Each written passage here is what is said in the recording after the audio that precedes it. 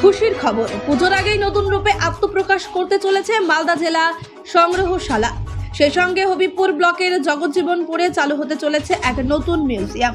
তাই দুটি স্থানেই মিউজিয়াম সংস্কার ও নির্মাণ কাজ চলছে জোর কদমে। শুক্রবার সেই কাজই পরিদর্শন করলেন জেলা শাসক নিতিন সিংহানিয়া।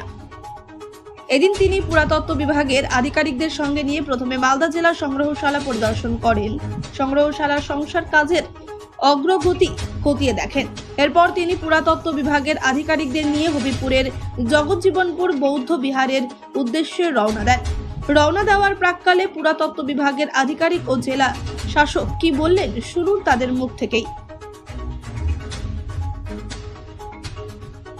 মাননীয় মুখ্যমন্ত্রীর নির্দেশে আমরা আজকে এখানে পরিদর্শনে এসেছি এবং আমাদের ডিপার্টমেন্টের অনারেবল সেক্রেটারি স্যার উনিও এসেছিলেন এখানে পরিদর্শন করে দেখে উনি ওনার সাজেশনস দিয়েছিলেন। ওনার গাইডেন্সে অলরেডি 10 লাখ টাকার একটা রেনোভেশনের কাজ পিডব্লিউডির পক্ষ থেকে করা হয়েছে, সেটা শেষ হতে চলেছে এবং তার সঙ্গে ফার্নিচার্স এবং ফিক্সার্স, যাতে আমাদের যেগুলো এখানে ইম্পর্টেন্ট নিউমিসম্যাটিক স্কাল্পচার্স আছে, আরও যেগুলো হেরিটেজ ভ্যালু জিনিস আছে, সেগুলোকে ভালো করে প্রিজার্ভ কী করে করতে পারি সেটা নিয়ে আজকে ভিজিটস হলো। কালকে বিশেষ আলোচনা হয়েছে এটা নিয়ে এবং একটা সুন্দর প্ল্যানিংয়ের মাধ্যমে আমরা চেষ্টা করছি যে মালদা মিউজিয়ামকে নতুনভাবে গড়ে তোলার জন্য পূজার মধ্যে চেষ্টা করব।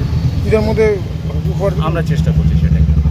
অ্যাকচুয়ালি মালদা জেলা মিউজিয়ামে কিছু নতুন করে আমরা রেনোভেশনের কথা ভেবেছেন, মানে বিশেষ করে জেলা শাসক মহাশয় তিনি আন্তরিকভাবে ভেবেছেন।